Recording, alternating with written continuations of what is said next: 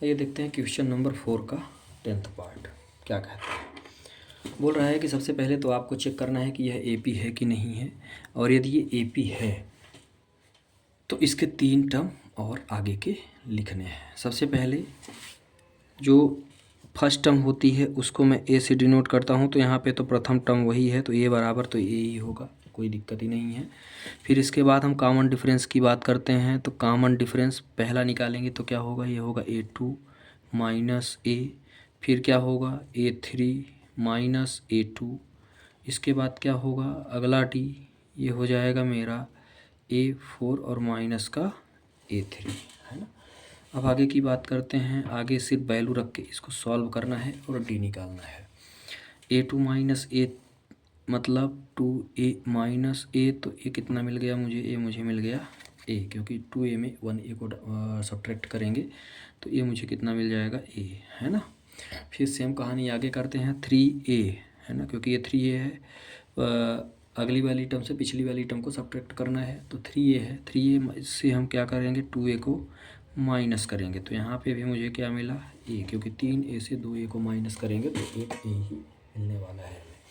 आगे की बात करते हैं, तो यदि मैं 4a, अगली टर्म क्या है 4a से मैं 3a माइनस करते हैं तो ये हो गया 4a, और इसमें में से माइनस को 3a करते हैं तो ये मुझे मिल गया a। तो जो मुझे d मिला ना, d में सभी में मुझे कॉमन मिल गया और वो क्या मिला a मिला। बात समझ में आ गई। मतलब क्या हो गया इस प्रश्न में जो है यहाँ पे क्या दिया हुआ है, डिफरेंस सभी के सेम आ रहे हैं, है ना।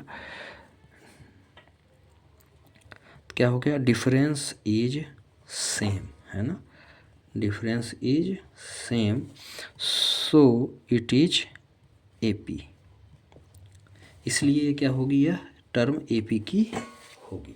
ठीक है, अब एपी की होगी तो आगे के 3 टर्म मुझे और फाइंड करने हैं। तो 1 2 3 4 तो मुझे दिया हुआ है। A5 कौन सी टर्म निकालनी है, A5 निकालनी है, वो होती है a प्लस 4d, है ना। A5 क्या होती है, उसका फार्मूला होता है 5वीं टर्म निकालने का a प्लस 4d।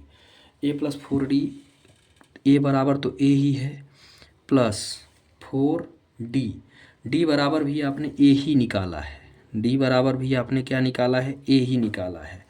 तो क्या आ गया a प्लस 4a, तो इक्वल टू क्या मिल गया 5 का a, 4a में एक a को जोड़ेंगे तो 5a आएगा। सेम कहानी यहाँ करते हैं A6 की, तो a प्लस a कितना आ गया 5d आ गया, और यहाँ से क्या मिला a प्लस 5 इंटू ए, तो इसका जब हम कैलकुलेशन करेंगे तो 5a प्लस 1, तो यहाँ पे मिल गया 6a, है ना। फिर इसके बाद आगे A7 की बात करते हैं, तो अब इसको आप कर लेंगे, इसका भी यही होगा a प्लस 6d, और इससे यदि हम कैलकुलेशन करते हैं तो 6a, तो यहाँ पे आ गया इक्वल टू में 7a, है ना। ये हो गई मेरी AP। तो जब हम यहाँ AP की बात करते हैं तो AP की बात में अब मैं यहाँ ऊपर लिख देता हूँ भाई, यहाँ पे क्या क्या दिया था मुझे, रहने नीचे ही लिख देते हैं इसको। ये रहा AP, है ना। तो AP में पहले तो 4a तक तो मुझे दिया हुआ है, तो a 2a 3a 4a, फिर हमने 5a 6a और 7a निकाला, तो ये हो गया 5a 6a और 7a, डॉट डॉट डॉट, ये अपनी इनफाइनाइट तक ये सीरीज चलती जाएगी। तो इस तरह से प्रश्न नंबर 4 का 10वां पार्ट हुआ यहाँ पर समाप्त। आप स्क्रीनशॉट ले सकते हैं।